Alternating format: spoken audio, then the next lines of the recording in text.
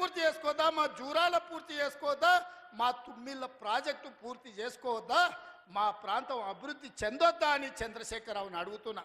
ఏది తీసినా ఏది పెట్టినా వద్దు అనే తప్ప నీ నోటి నుంచి ఒక్క మాట అయినా మంచి మాట వచ్చిందా అని నేను అడుగుతున్నా. ప్రాజెక్టులు కట్టొద్దంటివి, భూములు సేకరించొద్దంటివి, పరిశ్రమలు పెట్టొద్దంటివి. లగచర్ల పరిశ్రమలు అంటే కలెక్టర్లను చంపడానికి చూస్తేవి.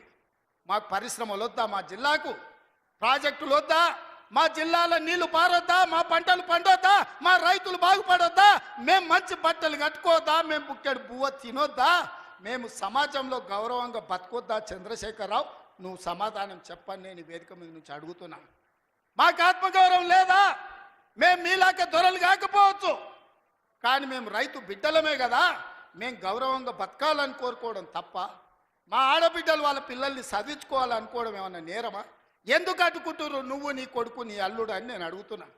12 నెలలు కానీ ప్రభుత్వం అప్పుడే దిగిపోవాలంటున్నాడు. 10 ఏళ్ళలో నువ్వు చెయ్యని పనులు మేము చేసినాం కదా. ఏం బాగలేదు పాలన. ఆయన కొడితే గట్టి కొడతాడంట. ఆయన కొడితే ఎంత గట్టి కొడతాడంట అంటే ఇక అది చెప్పనలవి కాదంట. నేను అడగదలుచుకున్న మా సోదరుని, అయ్యా ఆయన గట్టి కొట్టడానికి ఫుల్లా ఆఫా? ఏంది గట్టి కొట్టడానికి? ఏం కొడతాడు ఆయన? కొడితే గిడితే ఓ ఫుల్లు ఓ ఆఫ్ గట్టి కొట్టగలడు, అంత మించి గట్టి కొట్టేది ఏందుంది? 10 ఏళ్ళు నువ్వు గట్టి కొట్టేటోని ఆయన ఉంటే, నిజంగానే నువ్వు గట్టి కొట్టాలంటే డ్రగ్స్ పార్టీలు ఫామ్ హౌస్లలో చేస్తున్న నీ కొడుకును వంగబెట్టి గట్టి కొట్టు, వానికి బుద్ధి వస్తుంది. ఢిల్లీలో లిక్కర్ దందాలు చేసి తెలంగాణ గౌరవాన్ని తీసిన నీ బిడ్డను దవడ మీద అంగబెట్టి గట్టి కొట్టు. తెలంగాణ పరువు తీసినందుకు గట్టి కొడితే వస్తుంది. కాళేశ్వరం పేరు మీద 1,00,000 కోట్లు మింగిన నీ అల్లుని దవడ మీద అంగబెట్టి కొట్టు గట్టిగా, అప్పుడు వానికి బుద్ధి వస్తుంది, సిగ్గు వస్తుంది. తెలంగాణను ముంచినందుకు గట్టి కొట్టేది ఉంటే నీ ఇంట్లో కొట్టు, వాళ్ళని దారిలో పెట్టు. కాంగ్రెస్ను గట్టి కొడతా అంటే మా కాంగ్రెస్ పార్టీ కార్యకర్తలు ఊరుకుంటారా?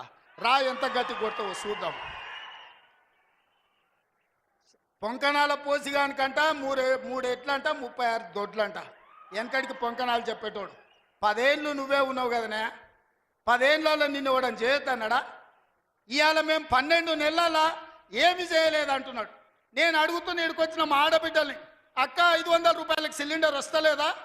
ఆర్టీసీ బస్సులో ఉచితంగా మీరు బస్సు ఎక్కితే